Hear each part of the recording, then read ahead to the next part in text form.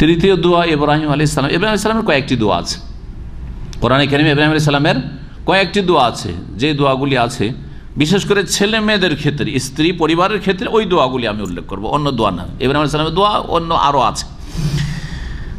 একটি দোয়া হচ্ছে সূরা বাকারার আয়াত নম্বর 124।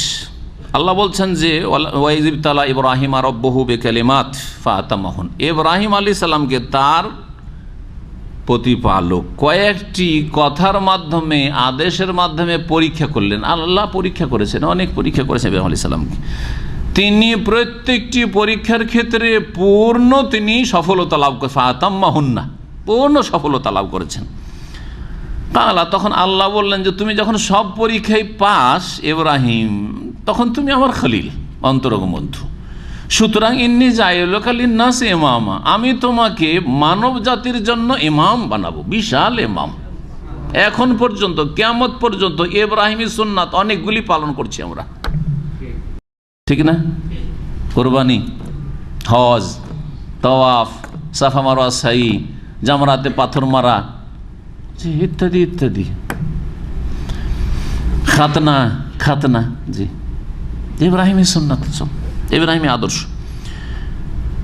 আল্লাহ বলেন তোমাকে আমি ইমাম করতে চাই। মানুষ যখন ভালো রেজাল্ট করে তখন যেমন বাপ মায়ের কাছে বা কোনো প্রতিষ্ঠানের কাছে কি পায়, পুরস্কার পায়, প্রাইজ পায়, ঠিক তেমনি তার চাইতে উত্তম দৃষ্টান্ত আল্লাহর জন্য। আল্লাহ রাব্বুল আলামিন দেখলেন যে আমার বান্দা ইব্রাহিম সব পরীক্ষায় পাস আর পাস, কোনোটাতে ফেল নাই। আরে ছেলে কুরবানি করতে ওখানেও পাস, 80 বছর বয়সে বলছি খাতনা কর, নিজের খাতনা নিজে পাস। জি, বললাম যে তোমার ছেলেকে আর স্ত্রীকে তুমি মরুভূমিতে ওখানে মক্কায় রেখে আসার, চলো, এখানে থাকা চলবে না, রেখে দিয়ে টান দাও একবারে, তোমাকে আবার প্যালেস্টাইন চলে যেতে, সামদেশ চলে যেতে, তাতেও পাস, সব কিছুতে পাস। আল্লাহ বলছে ইন্নী জাইলুকা লিন্নাসি ইমামা, তোমাকে ইমাম বানাবো সারা বিশ্বের মানবতার জন্য। দেখেন, ইসলাম ছাড়া, মুসলিম উম্মাহ ছাড়া যতগুলি অন্য ধর্ম অবলম্বী আছে, বিশেষ করে আসমানি কিতাবে বিশ্বাসী যারা, যদিও বিকৃত কিতাব, যেমন ইহুদিরা, যেমন খ্রিস্টানরা, সকলেই ইব্রাহিম আলাইহিস সালামকে শ্রদ্ধার দৃষ্টিতে দেখে না। ইব্রাহিমের নাম ভেঙেই খাক, আসল ধর্ম তার পালন করেন না। ইব্রাহিম মুওয়াহ্হিদ ছিলেন, তারা মুশরিক, কিন্তু ইব্রাহিম আলাইহিস সালাম শ্রদ্ধাভাজন ব্যক্তি তাদের কাছে, ইহুদিদের কাছেও, খ্রিস্টানদের কাছেও, মুসলিম উম্মতের কাছে, এবং সকলের পরম্পরা সিলসিলা ওই ইব্রাহিম আলাইহিস সালামের কাছে যে পৌঁছেছে। ইব্রাহিম আলাইহিস সালামের কাছে গিয়ে পৌঁছেছে। ইব্রাহিম আলাইহিস সালামের আর একটু কিছু চাওয়ার ইচ্ছা হলো যে আল্লাহ শুধু আমাকে ইমাম বানাইলে হবে না, কালা অমিন যুরিয়াতি, আল্লাহ আমার ছেলেদেরকে তো ইমাম বানাও, আমার ছেলেদেরকে তুমি ইমাম বানাও। এই দোয়াটা কোনোদিন চিন্তা করেন যে এটা ছেলে মেয়েদের জন্য দোয়া? আপনি এই কথাটি নিজের ক্ষেত্রে করতে পারেন না যে আল্লাহ তুমি আমাকে আলেম বানিয়েছ, আমার ছেলেদেরকে আলেম বানাও। আল্লাহ আমাকে তুমি দিনের খাদেম বানিয়েছ, আমার ছেলে মেয়েদেরকে এর চাইতে বড় দিনের খাদেম বানাও। আল্লাহ আমাকে সেই রকম সুযোগ সুবিধা হয়তো আমি পাইনি, হয়তো এরকম সুযোগ সুবিধা, কিন্তু আল্লাহ আমার ছেলে মেয়েদেরকে দিনের বড় খাদেম বানাও, বলতে পারেন না? আল্লাহ অমিন যুররিয়াতি থেকে শিক্ষা নিতে হবে যে আল্লাহ আমার ছেলে মেয়েদেরকেও ইমামুল মুসলিমিন বানাও, মুসলিম উম্মাতের খাদেম বানাও, ইসলামের খাদেম বানাও। কত সুন্দর দোয়া এগুলি, দুনিয়া তো কাজে আসবে, আখিরাত তো কাজে আসবে। অমিন যুররিয়াতি কালা, তখন ইব্রাহিম আলাইহিস সালামের জবাবে আল্লাহ বলেন লা ইয়ানালু আহদিজ জালিমিন, ঠিক আছে তোমার কথা দরখাস্ত শুনবো, কিন্তু তোমার বংশে যদি জালেম পয়দা হয় কেউ, জালেমের কাছে আমার এই নিয়ামত যাবে না, আমার এই অনুগ্রহ অর্থাৎ নেতৃত্ব বা ইমামত বা দিনের খাদেম হওয়া জালেম হইতে পারবে না। মুশরিক হইলে হবে না, বেদাতি জালেম হইলে হবে না, আর পাপিষ্ট জালেম হইলে হবে না, আল্লাহর দিন থেকে সরে গিয়ে গুনাহে লিপ্ত হইলে হবে না। সৎকর্মশীল যদি তোমার বংশধর থাকে তাহলে আমার এই পুরস্কার তুমিও পেলে আর তারাও পাবে।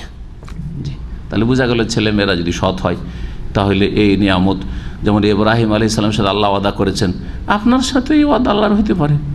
জি, আল্লাহ আমার পরিবারকে দিন দুনিয়ার ক্ষেত্রে উন্নতি দান করো, কোনো দোষের কথা নাই, কারণ দিন দুনিয়া দুটো চাওয়া জায়েজ আছে না, জায়েজ নেই?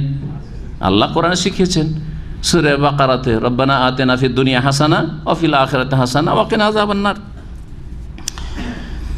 ইব্রাহিম আলাইহিস সালামের একটি দোয়া বললাম সূরা বাকারা থেকে। সূরা সাফফাতের আয়াত নম্বর 100, এতে যখন ইব্রাহিম আলাইহিস সালাম বৃদ্ধ হয়ে যাচ্ছেন, ছেলে মেয়ে জন্মায় না, দোয়া করেছিলেন রব্বে হাবলি মিনাস সালিহিন, হে আল্লাহ আমাকে দান করো সৎকর্মশীল সন্তান, সৎকর্মশীল নেক সন্তান দান করো। ছোট্ট দোয়া, রব্বে হাবলি মিনাস সালিহিন।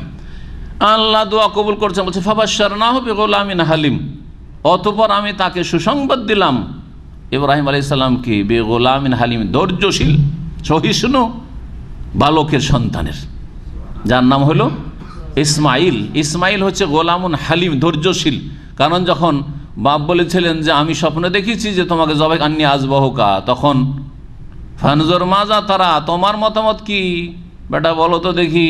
তখন কি বলেছিলেন তিনি, ইয়া আবাতে ইফআল মা তুমার, হে আব্বা যা আদেশ হয়েছে করে ফেলুন, আপনি প্রস্তুত আছে। কত ধৈর্যশীল। এই জন্য ইসমাইল আলাইহিস সালামের ভূমিষ্ঠ হওয়ার সময় আল্লাহ যে সুসংবাদ দিয়েছেন সেখানে বলেছেন গোলামিন বেগোলামিন হালিম, ধৈর্যশীল। আর যখন ইসহাক আলাইহিস সালামের জন্য ইব্রাহিম আলাইহিস সালামের দোয়া কবুল হলো সারার পেট থেকে, তখন যেই ছেলের সুসংবাদ আল্লাহ দিয়েছিলেন সেই ছেলে সম্পর্কে একটি গুণ বলেছেন, ওখানে গোলাম আছে কিন্তু কি বলা হয়েছে, গোলামিন আলিম। মাশাআল্লাহ, সুসংবাদ দিচ্ছি হে ইব্রাহিম তোমার ঘরে জ্ঞানী, বিদ্বান এক বালক পয়দা হবে, জি গোলামিন আলী। চিন্তা করুন, দুটো ছেলে, দুই ছেলের বংশে কত বরকত, দিন দুনিয়ার বরকত। ইসহাক বংশে সমস্ত বনি ইসরায়েলদের নবী, ইসমাইল বংশে একজন নবী হলো সারা বিশ্বের সমস্ত মানুষ এবং জিনের জন্য নবী, মুহাম্মদ রাসূলুল্লাহ সাল্লাল্লাহু আলাইহি ওয়াসাল্লাম। দুয়ার বরকত, দুয়া ইব্রাহিম আলাইহিস সালামের। নবী সাল্লাল্লাহু আলাইহি ওয়াসাল্লাম একটি হাদিসে বলেছেন, এরকম আছে যে আমি হচ্ছি ইব্রাহিম আমার পিতা ইব্রাহিমের দুয়ার ফসল,